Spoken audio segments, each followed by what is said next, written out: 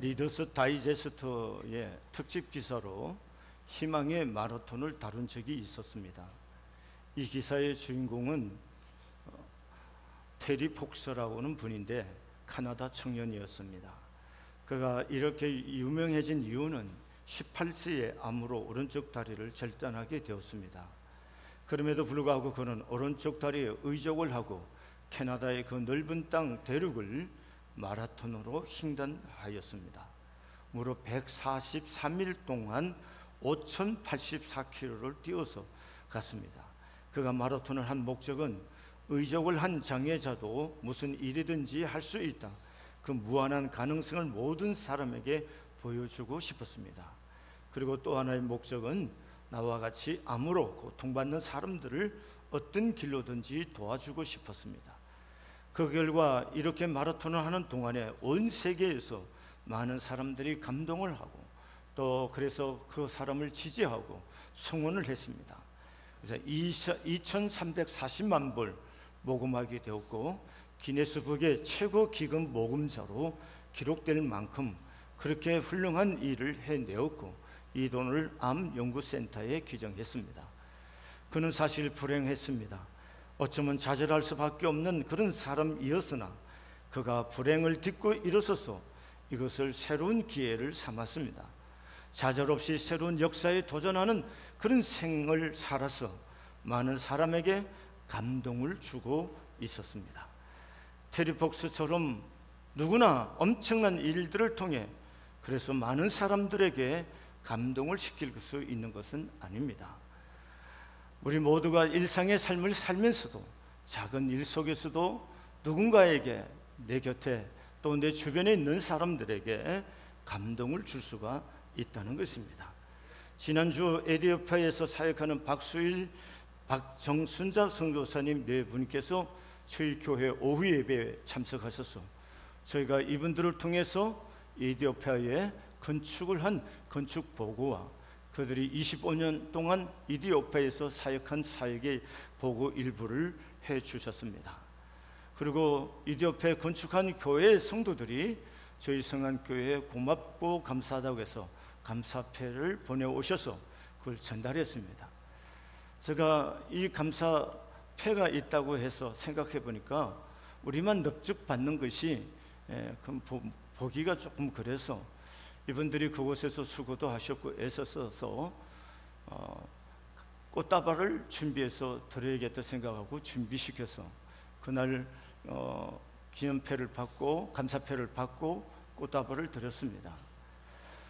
제가 예배가 끝난 후에 함께 저녁 식사를 하면서 이야기를 여러 가지 나누는데 저보고 이렇게 얘기하는 겁니다.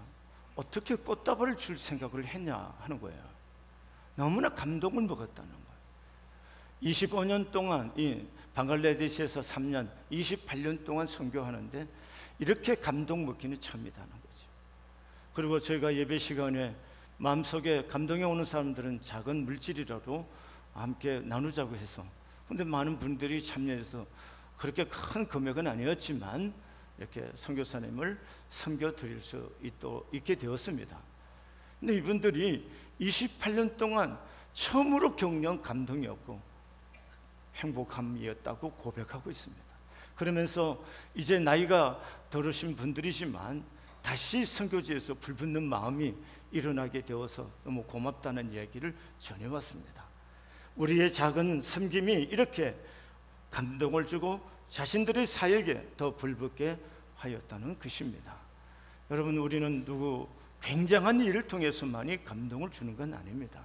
작은 일들을 통해서 잔잔하게 이웃들에게 또 우리 옆 주변에 함께하는 사람들에게 감동을 줄 수가 있다는 것입니다.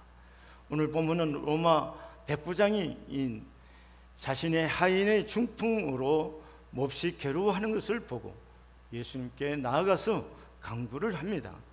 그때 예수님은 내가 가서 고쳐주리라 이렇게 말씀을 하셨습니다. 여기까지 일반 치료 사건과 별 다르지 않습니다.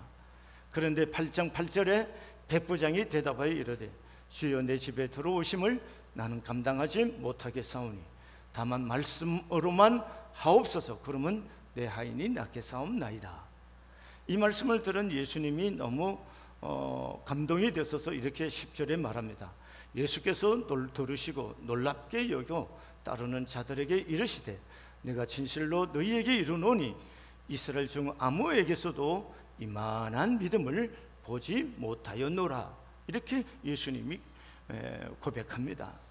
예수님께서 큰 감동으로 이만한 믿음을 보지 못하였노라, 이만한 믿음, 이렇게 말씀하셨어요. 여러분, 백부장의 믿음 때문에 예수님은 오늘 감동을 먹으신 겁니다. 백부장은 오가주 본문에서 보는 백부장은 성품이 아주 좋은 분 같습니다. 자신의 문제나 자기 가족의 문제를 가지고라면은 문제라면은 그다지 주목해 볼 이유는 없겠지만, 자기 집에 있는 보잘것없는 하인 한 사람이 중풍병에 걸려서, 그래서 그가 괴로워하는 모습을 보면서 그 문제를 가지고 예수께 나아가서 내 하인을 고쳐달라고 이렇게 간구하는 것은 쉬운 일이 아니라는 것입니다. 백부장은 로마인으로서 권력을 가지고 있는 지배자입니다. 그런 그가 하인 한 사람의 문제로 예수께 나올 일이 아니라는 것이죠. 그런데 하인을 긍휼히 여기는 마음과 그를 사랑하는 것, 그리고 인간으로서 따뜻한 인정이 그의 품성 속에 있음을 볼 수가 있습니다.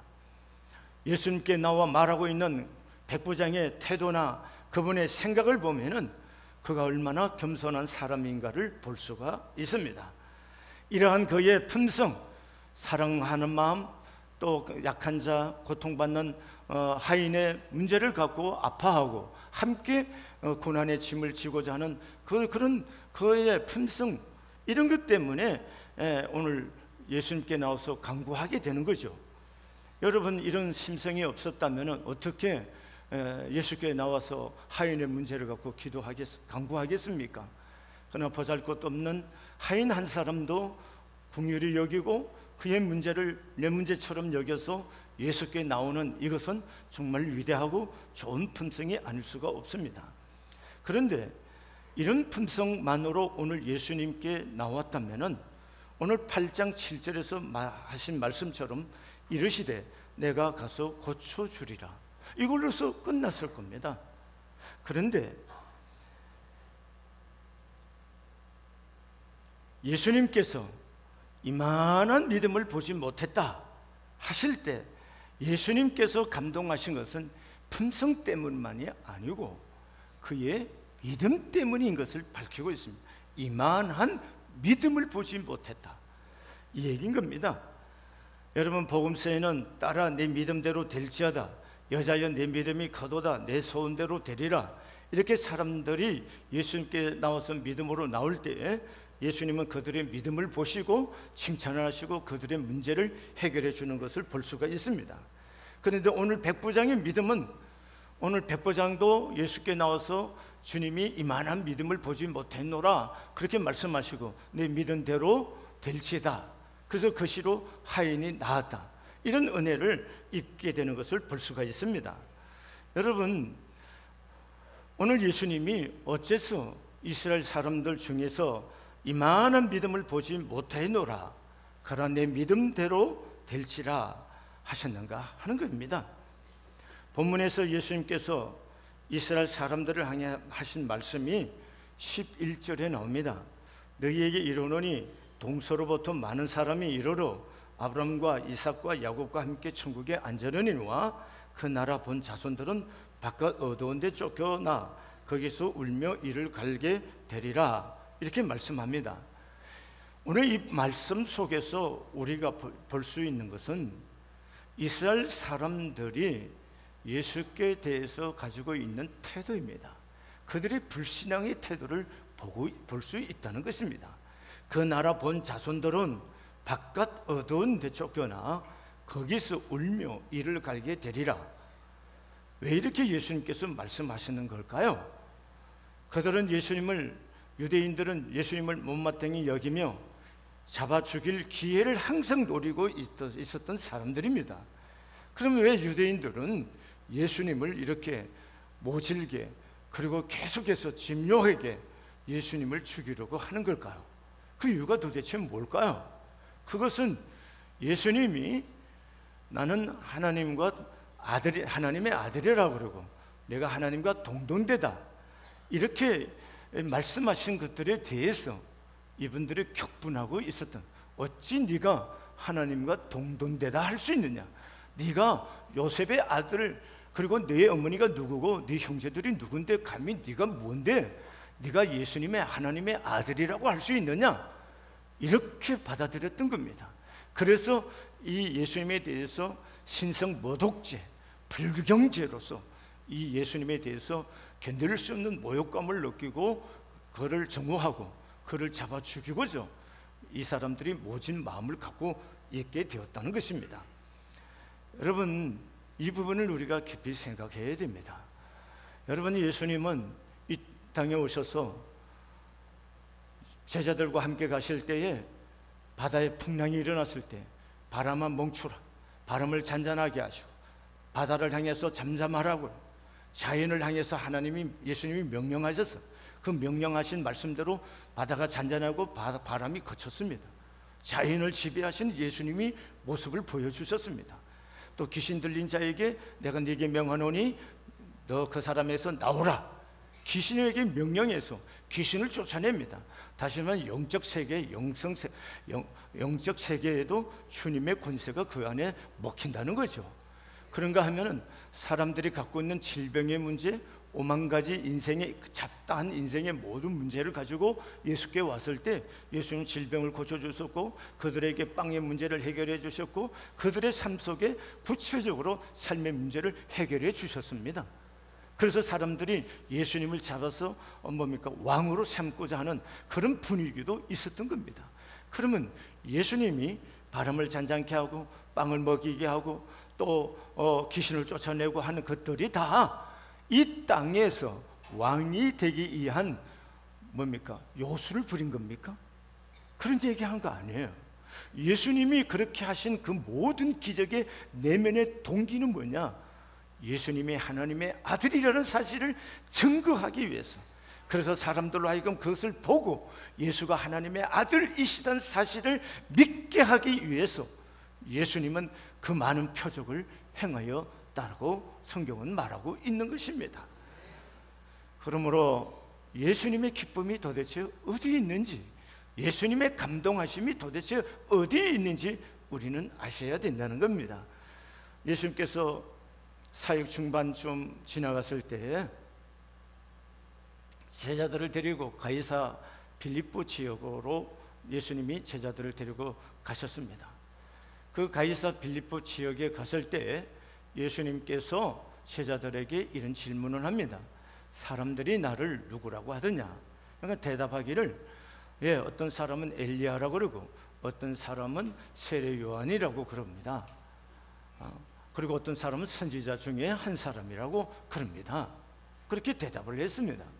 그때 예수님께서 제자들을, 저는 성경의 눈을 보고 이렇게 말은 안 했지만 제가 상상해 볼 때에 예수님이 너희들은 나를 누구라고 하느냐 이렇게 하지는 않았을 거예요. 눈을 쳐다보고 너희는 나를 누구라고 하느냐 이렇게 물었을 거예요. 그랬을 때에 베드로가 딱 나서서 대답합니다. 주는 그리스도시요 살아계신 하나님의 아들이십니다 라고 딱 고백합니다. 그 말을 들은 예수님이 너무나 놀라운 반응을 보입니다. 마태복음 16장 17절에 예수께서 대답하여 이르시되 바요나 시몬아 네가 복이 있도다 이렇게 말해요. 그럼 문자로 쓸 때 바요나 시몬아 복이 있도다 뭐 어떻게 읽어도 상관없습니다. 그런데 우리가 생각해 보세요. 그걸 문자화 되어 있을 때는 그 감정을 읽을 수가 없어요. 근데 없어요. 제가 우리 아버지가 저를 불러서 식사를 하자 할 때 철원아 이렇게 부를 때 하가 제가 밤늦게 가갖고 우리 아버지가 약간 마음이 상했을 때 철원아 같을까요? 다를까요? 근데 그걸 문자로 옮겨서 철원아 밥을 먹자고 할 때도 철원아 밤늦게 갔을 때도 약간 화가 났을 때도 철원아 읽을 땐 상관없어요. 그러나 그때 그때 상황의 감정은 전혀 다른 겁니다. 근데 오늘 바요나 시몬아 네가 복이, 예수님이 바요나 시몬아 네가 복이 있다 이렇게 말했을까요? 주는 그리스도시요 살아계신 하나님의 아들입니다. 이 고백을 들었을 때에 예수님의 가슴이 뛰어서 바요나 시몬아 네가 복이 있도다 이렇게 말했을 거란 말입니다. 왜요? 왜 그랬을까요? 예수님께서 이제까지 사역한 모든 총체적인 결론이 뭐냐? 예수님이 하나님의 아들이시고 그리스도이심을 보여주기 위한 사역이었는데, 그 사역의 결과물로서 베드로가 주는 그리스도시요 살아계신 하나님의 아들이라고 했을 때 예수님이 얼마나 기뻤을까요? 그래서 이제 예루살렘에 올라가자. 왜? 죽으러 가자. 자기의 오신 사역의 목적인 완성, 십자가를 지기 위해서 가자고 말씀하신 거예요. 여러분, 이 고백이 그렇게 예수님에게 가슴 뛰게 했고, 그리고 이제 마지막 때가 됐구나 결론을 내리고 예루살렘으로 십자가를 향해서 올라가려고 했던 것이에요. 여러분, 오늘 본문 잘 보세요. 바요나 시몬아 네가 복이 있다. 이를 내게 알게 한 이는 혈육이 아니요 하늘에 계신 내 아버지시니라. 예수님의 기쁨이 도대체 어디 있니? 예수님의 가슴 뛰게 한 것이 어디 있었냐고. 베드로가 귀한 양복을 멋있게 입고 와서 이래서 베드로를 칭찬해 준 겁니까? 베드로가 수많은 재물을 가져와서 예수님께 발 앞에 내놓았기 때문에 예수님이 감동받아갖고 지금 바요나 시몬아 이런 겁니까? 그런 얘기하는 거 아닙니다. 여러분, 베드로 성격 잘 아시죠? 급한 사람입니다. 다혈질이에요. 다혈질에 실수도 많이 하고 허물이 많아요. 예수님이 그의 허물을 보고 그런 얘기하는 거 아닙니다. 오늘 그를 향해서 칭찬하신 예수님의 마음은 뭘까요? 베드로의 신앙 고백, 주는 그리스도시요 살아계신 하나님의 아들이라는 이 고백에 가슴이 뛰어서 바요나 시몬아 네가 복이 있도다 이렇게 말씀하신 거예요. 자, 그러면요 우리가 생각해 보시겠습니다. 예수님이 살아계신 하나님의 아들이 아니라면은 그가 이 땅에 와서 무슨 이야기를 했든 그건 의미 없는 겁니다. 하나님의 아들이었기 때문에 그가 십자가에서 죽으시고 부활했어요. 그래서 모든 사람의 죄를 살 수 있는 그 조건을 충족시키게 되는 거예요. 사람이 어떻게 사람의 죄를 사해주고 용서할 수 있도록 십자가 질 수 있습니까? 하나님의 아들이, 죄 없는 하나님의 아들이시기 때문에 그분이 여러분과 저의 죄 때문에 십자가에서 죽으심으로 우리의 죄를 살 수 있는 길이 열렸다는 것입니다. 그래서 예수가 하나님의 아들이라는 사실이 중요한 거예요. 이게 너무 중요한 거예요. 예수님은 착한 선생의 인생의 어떤 인류의 좋은 선생이거나 4대 성인 중에 하나이거나 종교 창시자 이런 얘기하는 거 아니라는 거예요. 예수님은 하나님의 아들이시다는 거예요. 그 아들이신 그분이 내 인생의 구주라는 것이고 나의 인생의 주인이다라는 이 신앙 고백이 예수님으로 하여금 베드로에게 가슴 뛰게 했던 거고, 오늘 백부장에게도 동일한 이만한 믿음을 만나보지 못했다라고 고백할 수 있게 하신 겁니다. 자, 그러면 여러분 보시겠습니다. 6절과 7절 한번 보시겠습니까? 이르되 주여 내 하인이 중풍병으로 집에 누워 몹시 괴로워하나이다. 이르시되 내가 가서 고쳐주리라. 내가 가서 고쳐주리라 이렇게 대답했어요. 여기까지라면 뭐 그렇게 대단하겠습니까? 근데 벌써 8절 9절 보겠습니다. 시작. 백부장이 대답하여 이르되 주여 내 집에 들어오심을 나는 감당하지 못하겠사오니 다만 말씀으로만 하옵소서. 그러면 내 하인이 낫게 삼나이다. 나도 남의 수하에 있는 사람이요 내 아래에도 군사가 있으니 이더러 가라 하면 가고 저더러 오라 하면 오고 내 정도로 이것을 하라 하면 하나이다.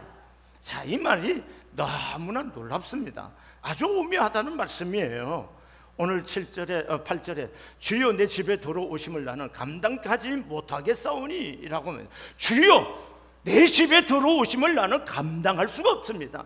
여기 무슨 얘기하는 겁니다? 예수님을 뭐라고요? 하나님의 아들 되심으로 주요라고 부르시면서, 그리고 주 대신 그분의 절대 주권을 인정하는 거예요. 그래서 내 집에 들어오심을 나는 감당할 수가 없다는 것입니다. 여러분, 하나님이 내 집에 오는 걸 어떻게 그렇게 감당할 수 있겠습니까? 생각해 보세요. 우리가 정말 기인 대신 존귀한 사람이 와도 우리는 집에 모실 수 있을까 막 확 당황하고 하잖아요. 제가 신방한다 그래도 여러분, 며칠 전부터 그것도 제대로 된 신앙을 갖고 있고 품성을 갖고 있고 겸손하면은요, 청소하고 기다려요. 인간성 자체가 되어 있지 않는 사람은 신앙과 상관없어요. 돼지우리관 같은 듯 말든 목사 모시고 예배드리면 상관없습니다. 예배 드리는데. 근데 그 마음의 준비에 따라서 받는 은혜의 농도가 다르다는 거예요. 이거 중요한 겁니다. 그 목사를 주의 종으로 생각하는 사람들에게는 그런 거예요. 그냥 목사지 이렇게 생각하는 사람들은 그런 마음가짐이 없는 거예요. 자, 보십시오. 오늘 예수님을 하나님의 아들이신 메시아로 주로 인정하는 이 백부장이 고백이 뭐예요? 나는 내 집에 주님을 모실 수가 없다는 겁니다. 이게 놀랍지 않습니까? 또한 뭐라고 말합니까? 다만 말씀으로만 하옵소서, 그러면 내 하인이 낫겠습니다. 이렇게 얘기합니다. 여러분, 예수님이 하나님의 아들로서 가지신 권세를 확실히 알고 있었다는 겁니다. 자, 보세요. 국가가 대통령이 주는 권세가 있어요. 우리는 대통령 앞에서 함부로 하면 안 되죠. 우리 국민 전체가 우리가 대통령, 우리의 국민의 대표로 세우신 분을 우리가 존경해 드려야 되는 거죠. 나와 이념과 사상이 맞고 안 맞고 떠나서 그래야 되는 겁니다. 자, 국가가 우리 교통순경 하시는 젊은이들이 20대 교통순경하는 젊은 친구들이 있어요.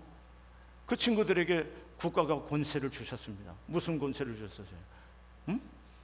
법규 위반하는 차들을 단속하고 교통을 지도할 수 있는 권세를 주셨어요. 근데 여러분 생각했어요. 여기 계신 분들이 다 그 친구들보다 나이 많은 분들이 더 많습니다. 그런데 차를 타고 가다가 그 친구가 신호등 봉 갖고 하면은 여러분 갖다 됩니까 안 됩니까? 힘이 없어 갖다 됩니까? 돈이 없어 갖다 됩니까?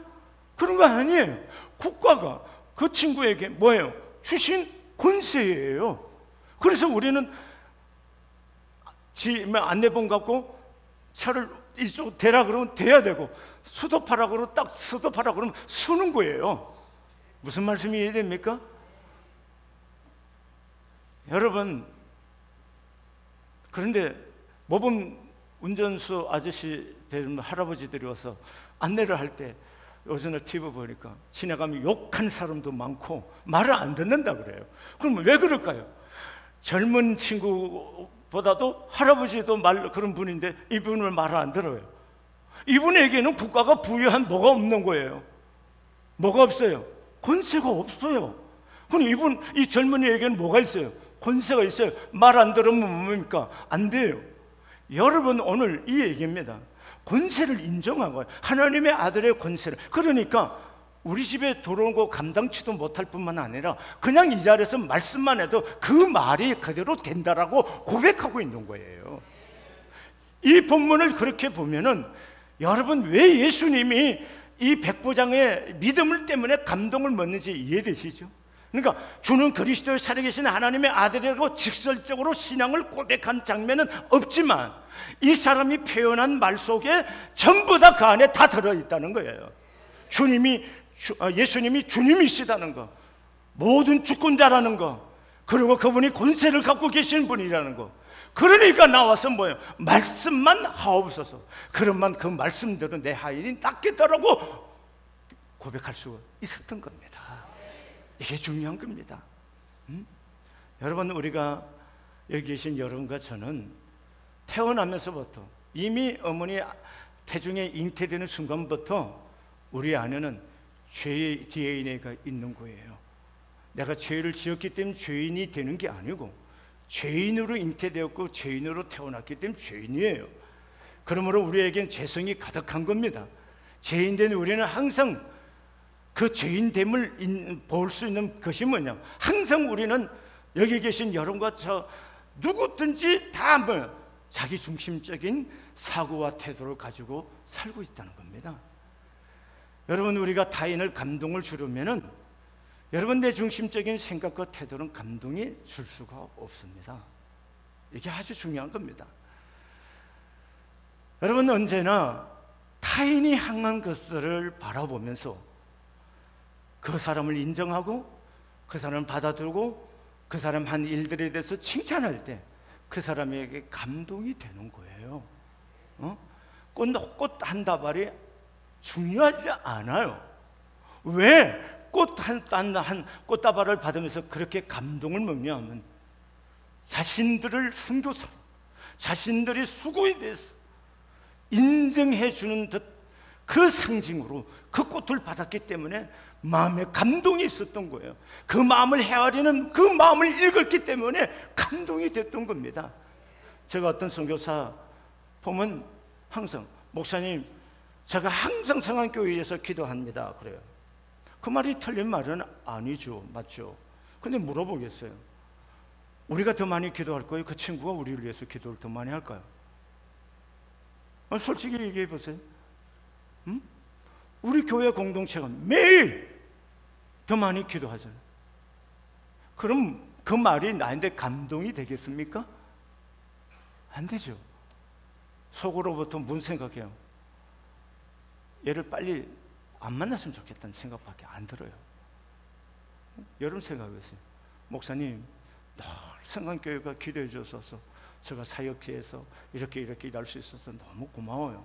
말을 그렇게 했으면 우리 모두가 기쁨이 되고 우리가 너무나 마음에 위로가 되고 또 우리가 하는 일들에 자랑스러움이 생기겠죠. 그렇죠? 대답 안 하세요? 그런데 우리를 위해서 기도해 준다, 자기가 한 일을 자꾸 강조하면은 그 사람하고 함께하고 싶지 않은 거죠. 제가 몇 주 전에 선교사님 한 분이 와서 설교를 할 때 너네 동네 얘기 그만하고 우리 교회가 사역지에 어떻게 해줬는데 이 일이 어떻게 선교 현장에 중요한지 이것에 대해서 좀 확실하게 우리 교회 교우들이 공감을 하고 우리가 한 일들에 대해서 가치를 느끼고 또 그런 사역들을 해갈 수 있는 그런 동기를 부여할 수 있도록 했으면 좋겠다, 이렇게 말을 했습니다. 왜냐하면 자기들이 갖고 있는 은사로 우리를 노래 몇 곡 불러갖고 그것도 중요하지만 오늘 여기에 있는 우리 모두는 우리가 한 일들에 대해서 상대가 뭐 해주는 거예요? 알아줄 때, 그걸 인정할 때 기쁘고 보람있고 또 하고 싶은 거지, 네가 와서 무슨 찬송 두 곡 불러주고 그래서 우리가 하고 싶은 거 아니다는 거예요. 무슨 말이 이해됩니까? 이것은요, 인간이 살아가는데도 필요한 겁니다. 예수님이 이 땅에 와서 행하신 모든 일들이 뭐예요? 하나님의 아들이심을 드러내기 위해서 했어요. 그것을 알아차리고, 그래서 그 예수님을 통해서 주는 그리스도시요 살아계신 하나님이라 아들이라고 고백하고 인정할 때 예수님의 가슴이 뛸 수밖에 없었잖아. 이 말 이해됩니까? 이거 아직 이해 못하면 아직 멀었습니다. 이건 멀은 겁니다. 우리는 자꾸 내가 무슨 행위를 통해서 하나님을 기쁘게 한다는 생각을 하고 있어요. 자, 어떤 행위를 통해서 예수님이 이렇게 가슴 뛰게 한 거 아니에요. 예수님이 우리를 위해서 이 땅에 인간의 몸을 입고 오신 하나님의 아들로서, 그리고 십자가의 죽으심과 부활하신 그것에 대해서 감격해하고 고마워하고 받아들일 때, 그때 예수님이 우리를 보고 기뻐하는 거지, 내가 예수를 위해서 뭘 해주고 그 생각 좀 내려놓자는 거예요. 이거 생각을 내려놓지 않으면은 우리가 평생 주 앞에 살면서 내가 주를 위해서 이렇게 살았다, 내 뿌듯함 때문에 사는 거지 그분의 은혜에 감격해서 살지는 않는다는 거예요. 잘 분별해야 돼요. 내 뿌듯함과 예수님이 행하신 일들에 대한 감격은 전혀 다른 신앙의 차원이라는 거예요. 이런 분별을 못하고 우리가 신앙생활을 하고 있다면 굉장히 먼 거리에 있는 사람들이란 거 잊지 마시기를 바랍니다. 난 여러분에게 다시 확인하기 위해서 묻습니다. 여러분 도대체 예수님을 누구라고 생각해요? 어떤 분이라고 생각하고 믿고 있습니까? 여러분, 예수님은 하나님이시며 나를 사랑하여 자신을 십자가에 내어주신 분이시며 나의 안고 일었음을, 그리고 내 생각과 내 마음을 알며 내 모든 것 머리털까지도 세신 바가 되시는 분, 그리고 내 삶의 모든 문제를 해결할 수 있는 전능하신 하나님이심을 믿습니까? 이것이 믿어질 때에 비로소 기도할 수 있고 하나님 앞에 내 문제를 가져와서 내려놓고 주의 얼굴을 구할 수가 있게 되는 것입니다. 오늘 이 은혜가 있어지기를 바랍니다. 정말 예수님이 내 하나님이시다, 예수님이 나를 사랑해서 당신의 몸을 주신 분이고 그분이 내 모든 것을 다 알고 있고 그분은 내 모든 것을 다 해결할 수 있는 하나님이시다는 사실을 여러분과 제가 받아들일 때에 비로소 우리의 신앙은 구체적이고 실제적으로 신앙의 삶이 우리의 삶의 현장에서 이루어지게 될 줄로 믿습니다. 기도하시겠습니다.